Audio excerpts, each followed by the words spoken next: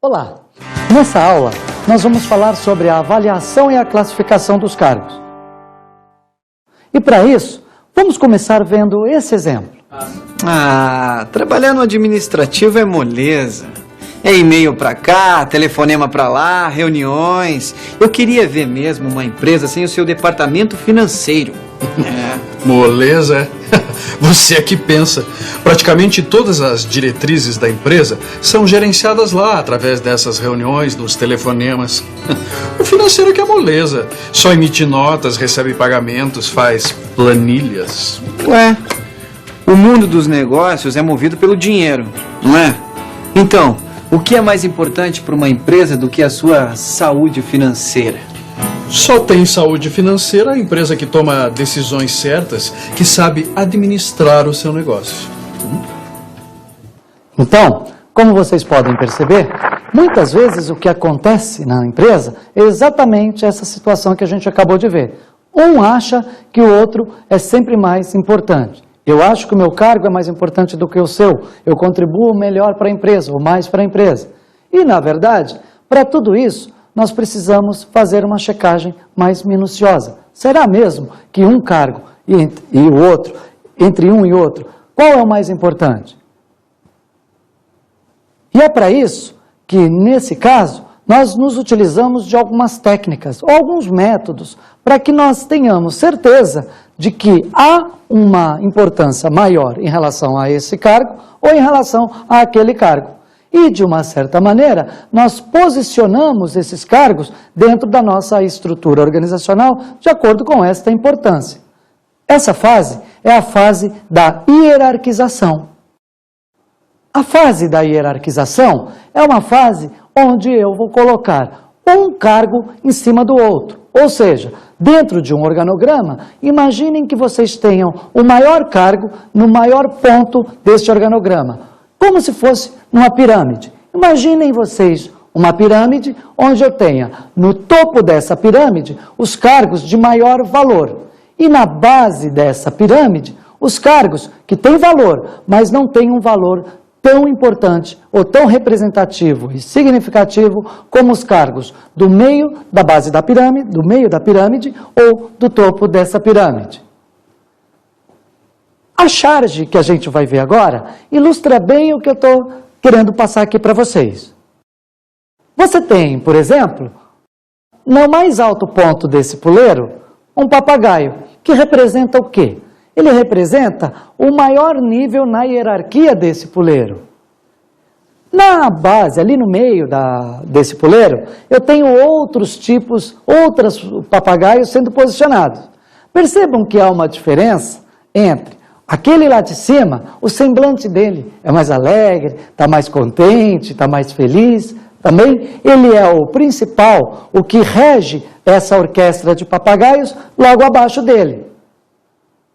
Agora, percebam vocês que, à medida que eu vou baixando, que eu vou descendo um pouquinho nesta hierarquia de papagaios, a base, ou seja, aqueles que estão posicionados lá embaixo, eles acabam se degladiando, né? As expressões já mudam um pouquinho em relação aos de cima e em relação ao que está no topo. Percebam vocês que, então, muito provavelmente, um deve estar se perguntando ou deve estar brigando ali com o outro, como, por exemplo, perguntando: quem é o papagaio mais importante aqui nesse puleiro? Sou eu ou é você? Ou, qual é o papagaio que ganha mais? Sem dúvida nenhuma, essa é uma questão que acontece nas empresas normalmente. Ou seja, à medida que eu vou construindo a hierarquia, eu vou modificando a importância entre um cargo e o outro dentro dessa hierarquia. E para a gente entender um pouquinho, existem vários métodos que eu posso me utilizar para fazer uma avaliação desses cargos na minha estrutura organizacional. Eu posso, por exemplo, utilizar métodos que posicionem e me corrijam algumas injustiças que podem estar acontecendo dentro da minha empresa. Muito provavelmente, pode ser que eu tenha algumas pessoas posicionadas no nível maior e superior desta hierarquia, mas que não representam a importância relativa desse cargo para a organização. Pode ser que, por exemplo, que eu tenha um cargo abaixo na estrutura organizacional que tenha uma representatividade e uma importância muito maior dentro dessa hierarquia. E esse cargo, ele sofre algumas injustiças. E aí, nesse momento, é a hora de eu tentar corrigir com a avaliação dos cargos essas injustiças. E corrigir essas injustiças está relacionado, por exemplo, com a questão de responsabilidades e atribuições. Por exemplo, eu posso posicionar a minha avaliação olhando para qual é o cargo que tem mais responsabilidades ou mais atribuições. E com isso, eu vou posicionando no organograma em função dessas atribuições e dessas responsabilidades. Com isso, eu vou conseguindo corrigir algumas injustiças, alguns problemas que ocorrem na estrutura. Agora, para que eu faça isso, é necessário que eu faça de uma maneira organizada, com uma metodologia própria. Por exemplo, eu não posso simplesmente colocar todos os cargos na minha frente ou numa mesa de trabalho e dizer o seguinte: esse cargo é mais importante, esse cargo é menos importante, e fazer uma hierarquização simplesmente porque eu acho que isso é assim. Não é assim que as coisas devem acontecer numa avaliação de cargos. E é por isso que, nesse momento, nós temos que ter em mente que o comitê é uma peça fundamental nesse processo. Porque é o comitê, ou seja, algumas pessoas, de 3 a 5 pessoas juntas, que vão fazer esta avaliação através do quê? Através de uma metodologia própria, através de um jeito próprio de se fazer essa avaliação, e não simplesmente ao acaso, pelo senso comum ou pelo achômetro. Agora, então, nós precisamos falar sobre os objetivos de uma avaliação de cargos. E para isso, nós precisamos entender que um dos principais objetivos da avaliação de cargos é eliminar a subjetividade e as tendências.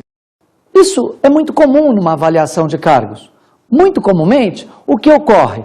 Que quando nós fazemos uma avaliação, ou eu olho para um cargo e digo assim: esse cargo é mais importante do que o outro, eu, muito provavelmente, se não tiver um método pelo qual eu prove que esse cargo é melhor ou mais importante do que o outro, eu vou estar trabalhando com uma questão subjetiva e não objetiva, como é o objetivo da descrição, ou melhor, o objetivo da avaliação de cargos. A questão é muito interessante. Além da subjetividade, eu também minimizo com a avaliação de cargos as tendências. O que são as tendências? Se eu tenho um conjunto de cargos dentro da minha organização, dentro de um meu departamento, muitas vezes o que pode acontecer dentro de um departamento, por exemplo, é que o líder, o chefe ali, o gerente, olhe para um cargo e julgue que esse cargo é mais importante do que aquele outro ali. Mas isso ele só vai fazer por conta de uma tendência, ou seja, por conta de uma questão pessoal entre ele e o ocupante daquele cargo, e não pelo que realmente o cargo representa dentro da organização. O outro objetivo é a concordância com o grupo ocupacional. É avaliar os cargos para o mesmo grupo ocupacional ao qual ele pertence. Essa é uma questão importante, porque não dá para eu avaliar um cargo administrativo, por exemplo, em relação a um cargo operacional. Então, eu preciso fazer uma avaliação olhando exatamente para o grupo ocupacional pelo qual ele pertence. A outra questão é que nós temos que obter a aprovação de todos os envolvidos. Ou seja, eu preciso que, a partir do momento que eu faça a avaliação de todos os cargos na organização e posicione cada um dos cargos em suas devidas caixinhas lá no organograma, eu apresente isso para a diretoria, que ao aprovar, apresenta para o nível gerencial e que, ao aprovar isso, eu dissemino essa informação para o restante da organização. E aí, muito provavelmente, à medida que todos participaram desse trabalho e a metodologia utilizada foi uma metodologia objetiva e não tendenciosa, é muito comum que todos concordem com isso que foi apresentado. Agora vamos pensar nos conceitos da avaliação de cargos. É muito comum que nós tenhamos algumas dúvidas com relação a algumas situações, alguns termos que são utilizados na fase de avaliação dos cargos. E para isso, a gente precisa esclarecer alguns pontos importantes. Por exemplo, grupo ocupacional. O que é grupo ocupacional? O grupo ocupacional é uma divisão dentro da empresa de fragmentos de cargos. Ou seja, eu vou dividindo cada cargo dentro de grupos que se relacionam entre si, ou cuja as características da função ou as características das suas tarefas são muito próximas. Nós podemos tomar um grupo ocupacional chamado gerencial. Nesse grupo ocupacional, muito provavelmente, eu vou encontrar, obviamente, todos os gerentes ou, em algumas situações, alguns diretores. Já no grupo ocupacional administrativo, por exemplo, eu vou encontrar um conjunto de cargos que se assemelham, que se correlacionam, ou seja, são cargos do nível administrativo. Desde os auxiliares de escritório, os analistas de escritório, os analistas financeiros, os analistas de recursos humanos ou de cargos e salários, os coordenadores administrativos e assim sucessivamente. Ou seja, todos os cargos que têm um ponto de vista na sua tarefa ou na sua atribuição, conceitos e atribuições administrativas. Já o grupo ocupacional operacional são cargos que normalmente se posicionam mais na base da pirâmide, ou seja, mais na base do organograma, que são cargos que estão relacionados com a atividade direta, ou atividade que a empresa executa, mais do ponto de vista operacional. São esses os cargos de telefonista, são cargos de auxiliares de manutenção, cargos, por exemplo, de pessoal que trabalha na expedição e assim sucessivamente. Se a empresa assim desejar, também é possível que nós façamos uma abertura maior nos grupos ocupacionais, não há problema nenhum. Então, algumas empresas trabalham, por exemplo, com nível ou com grupo ocupacional técnico, por exemplo, que são profissionais ou são cargos que se aglomeram, que se posicionam do ponto de vista técnico, como, por exemplo, um técnico em laboratório, um técnico de eletrônica, ou profissionais ou cargos que tenham nível técnico e que tenham, por exemplo, nível superior. Eu posso, de repente, dividir esses grupos ocupacionais dependendo da minha necessidade. No entanto, um cuidado deve ser tomado. À medida que eu divido muito os grupos ocupacionais, eu vou ter um pouquinho mais de dificuldade na montagem, lá na frente, da estrutura salarial. Outro conceito que nós utilizamos bastante na montagem da estrutura de cargos e salários é a questão do gênero dos cargos. O que é isso? Um cargo, por conceito, ele é sempre masculino. Então, isso quer dizer que normalmente as pessoas dizem assim: eu vou fazer uma consulta com a médica fulana de tal, ou vamos perguntar naquela obra que nós estamos construindo para a nossa engenheira. A questão é muito tranquila, todo cargo é masculino. Obviamente, algumas exceções são colocadas aqui. Recepcionista, por exemplo, é um cargo que é comum de 2 gêneros. Ele não é masculino na sua essência. Mas na maioria dos cargos, eles são masculinos. Então eu digo, o engenheiro, independente se é homem ou se é mulher. Por que isso? Porque quando eu posicionar os meus cargos na estrutura salarial, os cargos, todos aqueles cargos, serão colocados no gênero masculino. Agora vamos pensar nas áreas e fatores para avaliação dos cargos. Quando nós pensamos em fazer uma avaliação de cargos, e aí, para que isso não fique subjetivo ou tendencioso, é importante que nós estabeleçamos uma regra, um método, um manual. E aí eu me pergunto, pelo que eu vou avaliar um cargo?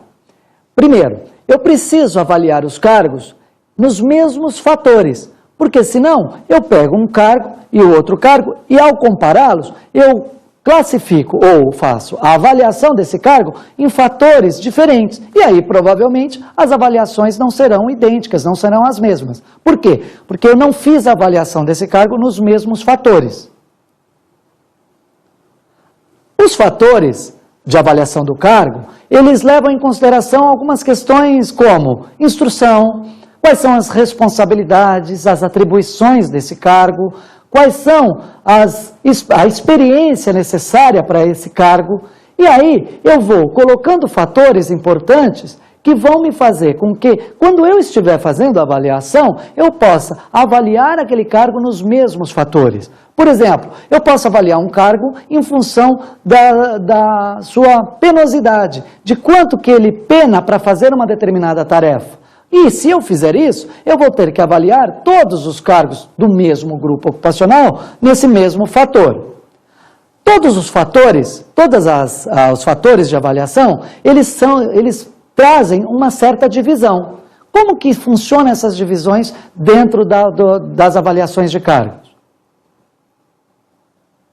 Os fatores de avaliação, normalmente, são divididos em áreas de avaliação. Normalmente, nós trabalhamos com poucas áreas, mas podemos trabalhar com vários fatores. Por exemplo, nós temos uma área que se chama área mental. Então, eu vou avaliar um conjunto de cargos dentro de uma área chamada área mental. E dentro desta área mental, o que eu tenho? Eu tenho alguns fatores que se relacionam com essa área mental. Vamos dar uma ideia. Numa área mental, por exemplo, eu posso ter todos os fatores relacionados à instrução, experiência e iniciativa, por exemplo. Esses fatores se relacionam com a área mental. A área mental, por exemplo, é uma área extremamente importante no quesito avaliação de cargos. Por quê? Porque eu vou avaliar fatores como instrução, como experiência e como iniciativa, que normalmente é comum a todos os cargos. Ou seja, eu vou avaliar cada um dos cargos em todos esses fatores. Então, a área mental é uma das áreas que precisa ter maior peso dentro do meu processo de avaliação. A outra área muito comum dentro dos fatores, dentro das avaliações de cargos, são as áreas de responsabilidade. Então, eu tenho uma área que eu posso chamar de área de responsabilidade. Essa área, normalmente, também me traz alguns fatores importantes de avaliação. Esses fatores, normalmente, se concentram no campo da responsabilidade. Ou seja, eu posso ter cargos que tenham responsabilidade por valores, que trabalham com valores. Eu posso ter cargos que tenham responsabilidade por máquinas ou equipamentos da empresa, que trabalham com máquinas ou equipamentos da empresa. Eu tenho, por exemplo, responsabilidades por pessoas. Pode haver cargos que tenham responsabilidade por um grupo de pessoas, por subordinados, por exemplo. Então, a área de responsabilidade também é uma área extremamente importante, porque na maioria das vezes, a maioria dos cargos tem algumas responsabilidades. E aí, eu vou avaliar cada um dos cargos pelas responsabilidades que ele tem. Eu posso, por exemplo, fazer uma avaliação de responsabilidade baseado em alguns grupos ocupacionais.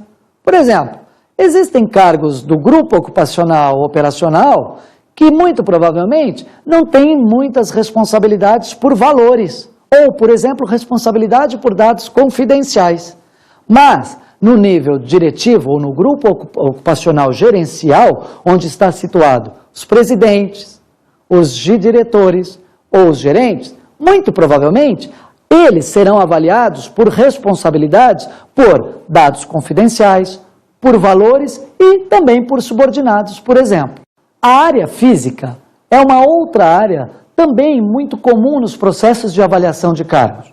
Essa área vai avaliar qual é o esforço que o cargo faz para determinado tipo de tarefa que ele executa. Em outras palavras, o que eu vou avaliar aqui é quais são os esforços daquele cargo em uma determinada tarefa. Há um esforço muito além do normal ou do comum? Normalmente, essa área de avaliação, ela se situa nos cargos mais operacionais. A área de condições de trabalho também é uma área de bastante importância e relevância na avaliação dos cargos. porque ela vai olhar um pouquinho para de que maneira que aquele ocupante do cargo executa determinado tipo de tarefa naquele cargo. Ele sofre muito para fazer aquilo? Em que condições de trabalho? Ele, numa condição de poeira, de iluminação, ou ele trabalha numa câmara frigorífica, por exemplo. Então, a condição de trabalho, ela é prejudicial para o ocupante do cargo. Mas, de uma certa maneira, se eu me relacionar e se eu olhar para o cargo, essa condição de trabalho, ela é específica daquele cargo em especial. E por isso, eu também tenho que avaliar o cargo em função disso. Mas, normalmente, essas condições de trabalho, elas são muito posicionadas também no nível mais operacional, dentro da hierarquia das empresas. Porque, normalmente, são pessoas que trabalham em condições ou de frio, calor, ou algum outro tipo de condições de trabalho ambientais, por exemplo. Então, de uma maneira geral, nós temos 4 áreas importantes de avaliação de cargos. A primeira delas é a área mental. Depois eu tenho a área de responsabilidades, a área física e a área de condições de trabalho. Cada uma dessas áreas, dentro da avaliação de cargos, tem um peso importante. À medida que o peso é maior, significa que eu consigo avaliar o maior número de cargos de todos os grupos ocupacionais dentro dessa área. É o caso da área mental, que precisa ter o maior peso dentro do meu processo de avaliação. Depois vem a área de responsabilidade, que também tem que ter um peso relativo. Então, se eu olhar para cada uma dessas áreas, eu vou definir pesos de importância para cada uma delas no processo de avaliação. Agora, a ideia é que a gente fale sobre os métodos de avaliação de cargos.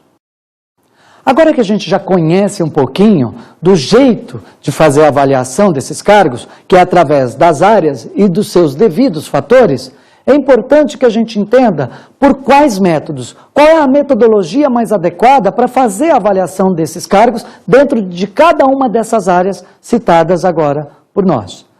Então, a ideia é que a gente divida em 2 metodologias. Agora, nós vamos falar da metodologia de avaliação de cargos pelos métodos não quantitativos. E não é porque o método é não quantitativo que eu posso chamar um método de qualitativo. Não há nenhuma relação entre uma coisa e outra.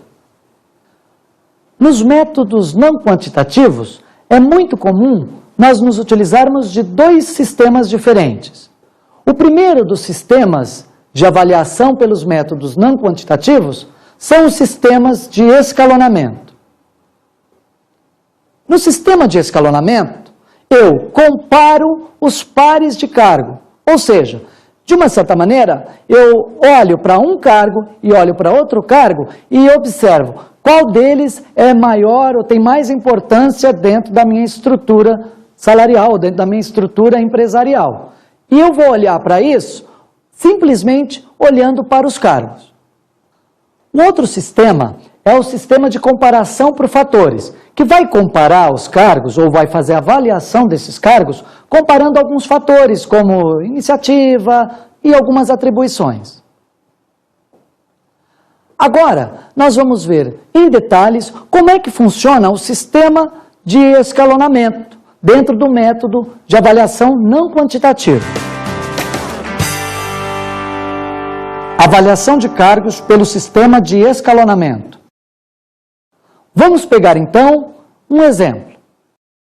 Nós colocamos aqui 14 cargos, que estão, de uma certa maneira, comparados aos pares. Numa coluna, eu coloco todos os nomes de cargos. E depois, eu coloco numa linha todos os nomes dos mesmos cargos. À medida que eu vá fazendo o cruzamento entre uma coluna e uma linha, eu vou obtendo uma comparação entre os cargos. Ou seja, o que eu preciso fazer aqui é identificar se o cargo da coluna ele é maior ou menor do que o cargo da linha. Significa que, quando eu faço a leitura, o analista de custos, ele é mais importante ou menos importante do que o analista de laboratório? Se a minha resposta for sim, ele é mais importante, então eu coloco um sinal de mais. Caso ele não seja mais importante do que o analista de laboratório, eu coloco um sinal de menos. Feito isso, eu vou completar todos os cargos com essa mesma questão. Ou seja, eu vou avaliar se o cargo da coluna é maior ou mais importante do que o cargo da linha, colocando esse sinal de positivo ou negativo. O que eu faço então? Eu vou somar todos os sinais positivos dessas linhas de cargo e, ao final, eu terei um número.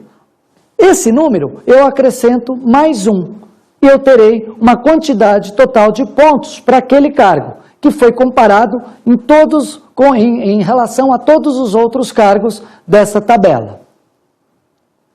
Nesse sistema de escalonamento, eu tenho uma dificuldade, que é, não posso trabalhar com muitos cargos. Por quê? Imaginem vocês que nós tenhamos 100 cargos dentro da minha empresa. Muito provavelmente, eu vou ter uma dificuldade muito grande de colocar numa tabela todos esses cargos para serem comparados. O que vai acontecer? Muito provavelmente, quando eu chegar no meio da comparação, eu já me esqueci de todas as outras comparações que eu fiz anteriormente. E isso vai demandar um tempo muito grande de avaliação. Sem contar que vai me trazer um pouco também de subjetividade. Por quê? Quem me garante e por que motivo eu considero que um cargo ele é mais importante do que o outro? Ou seja, por que o analista de custo ele é mais importante do que o analista de laboratório, por exemplo? É uma questão que pode ficar no subjetivismo. Então, para a gente conseguir reduzir um pouquinho essa subjetividade desse sistema de avaliação, é importante, mais uma vez, que a gente faça isso com o comitê, junto com o comitê. A ideia é que cada um dos representantes ou das pessoas que estão dentro desse comitê faça essa avaliação dessa maneira que eu acabei de mostrar para vocês. E aí, o que nós fazemos? Nós fazemos a média de cada um dos cargos dentro desse sistema. E eu obtenho, no final, uma quantidade de pontos por cargo, através da média do que cada um dos avaliadores, dos membros do comitê, percebeu em relação ao cargo. Essa é uma maneira que pode ser que retire um pouco a subjetividade do método, ou desse sistema, mas, muito provavelmente, ainda assim, nós teremos um pouco de subjetividade. Então, é importante ressaltar que no sistema de escalonamento, eu não posso ter muitos cargos dentro desse sistema, porque senão eu teria uma dificuldade e um tempo muito maior a ser gasto. A outra questão fundamental é esclarecer para todos os membros do comitê de que esta avaliação deve estar pautada sempre olhando os cargos e não a pessoa que avalia os cargos. Porque, muito provavelmente, o que eu posso fazer é, na hora de fazer essa comparação dos pares, eu faço o quê? Eu lembro da pessoa. E esse é um erro muito comum de acontecer nesse sistema. E para finalizarmos, o nosso objetivo numa avaliação de cargos é hierarquizar os cargos, ou seja, mostrar como é que fica esse cargo na estrutura da empresa, do mais importante para o menos importante, ou do menos importante para o mais importante. Então, a ideia é que nós cheguemos nesta hierarquização. Então, no nosso exemplo, na nossa hierarquização, pelo sistema de escalonamento, o que nós temos? O cargo mais importante dessa estrutura é o engenheiro de processos, depois vem o auditor interno e, finalmente, o cargo que tem menor importância dentro da nossa estrutura pelo sistema de escalonamento é o da telefonista.